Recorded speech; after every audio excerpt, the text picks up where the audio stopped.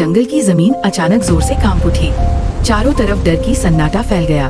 पुराने पेड़ों से मिट्टी और सूखे पत्ते गिरने लगे। हवा में अनहोनी का एहसास था। जमीन के नीचे से एक नन्ही सी चीख सुनाई दी। कोई मदद के लिए पुकार रहा था। चीकू आराम से घास खा रहा था। उसे अभी खतरे का अंदाजा नहीं था। अचानक जमीन फिर से हिली। चीकू शांति से हरी घास चबा रहा था। उसे अभी तक अंदाजा भी नहीं था कि कुछ भयानक होने वाला है। अचानक जमीन फिर से पहले से भी ज्यादा जोर से हिली। चीकू के कान सीधा खड़े हो गए और उसका दिल तेज धड़कने लगा। वो धीरे से आगे बढ़ा और अपना कान जमीन पर लगा दिया। नीचे से किसी के रोने और हांफने की हल्की आवाज साफ सुनाई दे रही थी। पुराना ओक का विशाल पेड़ जड़ों समेत धंस चुका था। उसकी जगह एक गहरा और खतरनाक गड्ढा बन गया था। गड्ढे के अंदर मिट्टी और टूटी शाखाओं के बीच फंसा हुआ था। सिर्फ उसकी कांपती हुई नाक और एक छोटा सा पंजा बाहर दिख रहा था। हर पल ढीली मिट्टी और पत्थर उसके ऊपर गिरते जा रहे थे। अगर गड्ढे की दीवारें पूरी तरह टूट जाती तो वह जिंदा दब जाता।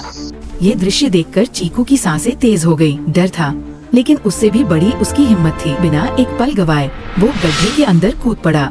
उसने मन ही मन वादा किया कि चाहे कुछ भी हो वह मोती को बचाएगा। चीकू अपने छोटे छोटे पंजों से तेजी से मिट्टी खोदने लगा। मिट्टी उसके चेहरे पर गिर रही थी, फिर भी वह लगातार कोशिश करता रहा। अचानक नीचे की जमीन फिसली और वह एक तरफ डगमगा गया, लेकिन उसने हिम्मत नहीं हारी और खुद को संभालकर फिर खड़ा हो गया। वह मोती के पास पहुंचा और उसके मुंह से मिट्टी हटाने लगा। मोती ने बड़ी मुश्किल से गहरी सांस ली और जोर से खांसने लगा। तभी चीकू ने देखा कि एक भारी लकड़ी मोती की पीठ पर अटकी हुई है। जब तक वो नहीं हटेगी मोती आजाद नहीं हो पाएगा। चीकू ने अपनी पूरी ताकत लगाकर लकड़ी को धक्का देना शुरू किया। उसके पैर कांप रहे थे, लेकिन वह रुकने को तैयार नहीं था।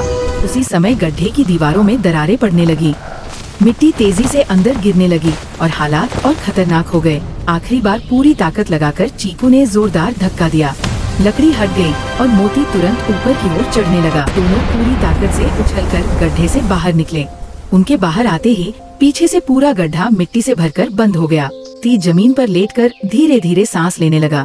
उसकी जान बच चुकी थी। चीकू उसके पास बैठा रहा, क्योंकि सच्ची बहादुरी कभी हार नहीं मानती।